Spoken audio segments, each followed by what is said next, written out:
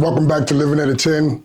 I am your host, YaFirstBorn, and today we're talking about something that everybody battles with, no matter what your age, your background, or wherever you grew up. It's called appetite for destruction. Now, before you click off, don't let the title fool you. Now, I ain't talking about food, but although if your breakfast this morning was a Red Bull and Flaming Hot Cheetos, we might need to have a different conversation. I'm talking about the inner tug of war between what your flesh craves and what your spirit needs. Between what looks good and what's actually good. What the world feeds you and what's actually building you up, the battle between the flesh and the spirit. Think about it. Every single day you're making a deposit. You're either feeding your flesh, the side of you that's greedy, messy, and selfish, or your spirit, the side of you that wants discipline, clarity, and growth. And let's keep it 100. Whichever one you feed the most, that's the one that's going to take over your life, period.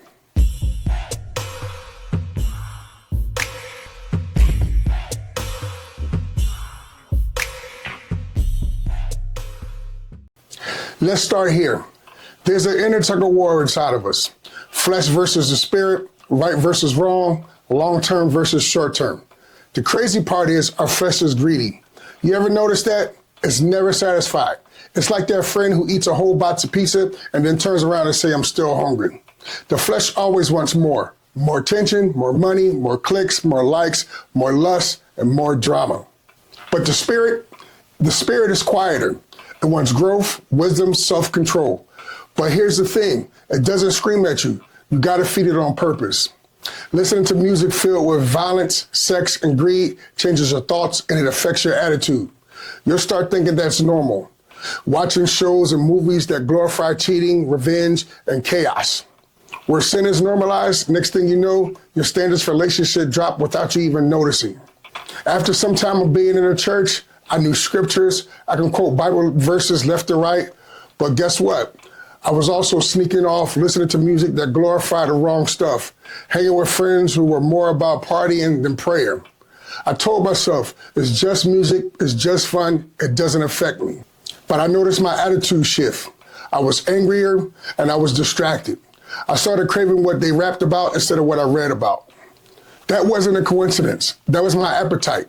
The mind governed by the flesh is death, and the mind governed by the spirit is life. Feed on the wrong stuff and you'll self-destruct. Feed on the right stuff and you'll grow. So yeah, this ain't about religion, it's about reality. What you feed wins. All right, now let's keep it real. Most of us is on a junk food diet when it comes to influences. Let's start with music. The beats are fire, I'm not gonna lie, but the lyrics, straight trash half of the time. And don't tell me I don't listen to the words, I just like the beat. Nah, you're lying. That lyrics are sinking in. They are shaping how you see women, men, money, and life.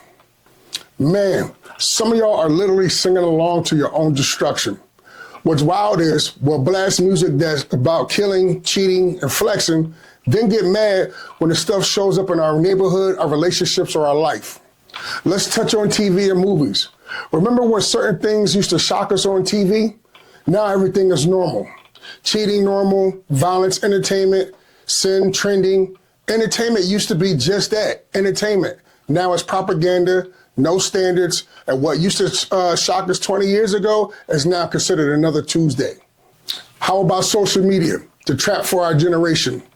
You tell yourself, I'll just check out one video, scroll, scroll, scroll, and next thing you know, 3 hours is gone. And then now how you feel after? Inspired, smarter? Nah, you usually feel drained, jealous, and unmotivated. Why? Because you just compared yourself to people's highlight reels or either faking it or editing their lives to look perfect. And they're all lying half of the time.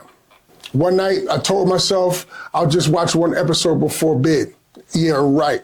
Next thing I know, it was 3 a.m. and I got to get up at 6. The show wasn't even that good, but my appetite for entertainment kept me there. And the next day, I was exhausted, snapping at people, and unfocused. That one choice to feed my flesh drained my spirit. Social media and streaming platforms don't care about your soul. They only care about your watch time. You're not a customer, you're their product. Here's the part nobody admits. People are feed too.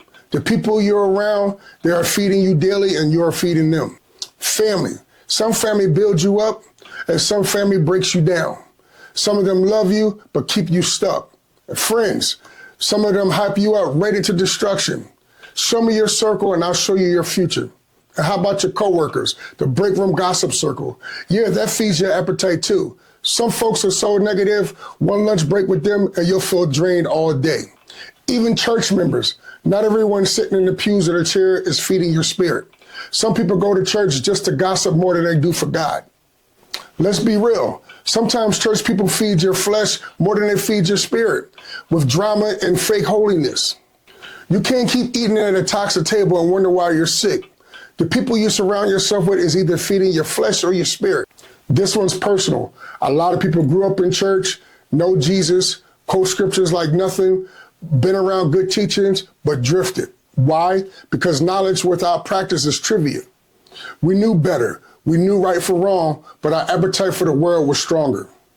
Money started looking more attractive than integrity. Lust started feeling more urgent than love. Violence, gossip, entertainment, it all became normalized. And the wild part, it didn't happen overnight. It's slow. One song here, one show there, a group of friends that drag you off path, and next thing you know, you're living for likes, lust, and selfish gain. It's like when you're swimming on the beach. You think you're standing still, but the current pulls you. Next thing you know, you look up and you're 50 yards away from where you started. That's how drifting works. If your daily appetite is for the world, your spirits gets drowned out. Glorifying money, lust becomes the norm. Sin isn't just tolerated, it's celebrated. Entertainment culture says, I deserve it and I don't have to work for it. Time gets wasted chasing validations online instead of building something real. So what happens when your appetite is for destruction? Let's break it down. Mentally, anxiety, confused, negativity. Emotionally, you get numb or you're all scattered all over the place and you're never satisfied. Spiritually, empty, disconnected, restless, and drifting. Physically, stressed, tired, exhausted, and lack of focus. The flesh is a terrible leader. It'll hype you up just to run you into the ground. The spirit wants to keep you grounded and growing. It's that one thing that actually sustains you, but you gotta choose to feed it. You can't binge on trash all week and wonder why you feel like trash. Garbage in, garbage out. Simple math. I knew a guy who spent hours comparing himself to people on Instagram.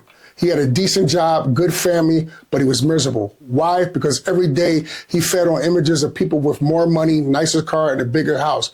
He couldn't enjoy what he had because his appetite was poisoned for comparison. So let's land the plane. Appetite for destruction isn't some dramatic phrase. It's a reality. Every day you're feeding either your flesh or your spirit. Every choice, what you listen to, watch, read, and the people you hang around are feeding you whether you notice it or not. Every choice is a meal. Wrong diet, destruction. Right diet, strength. The drift is real, and it can happen to anybody. And eventually, what you feed shows up in your life. So ask yourself, what are you feeding, the flesh or the spirit? If this episode spoke to you, be real in the comment. What have you been feeding lately, your flesh or your spirit? Don't post fake answers. We all struggle, but awareness is the first step. And if you're tired of living at a 2 when you're meant to live at a 10, subscribe. Share this video with somebody who's starving for something real. And remember, don't just live at a 10. Peace.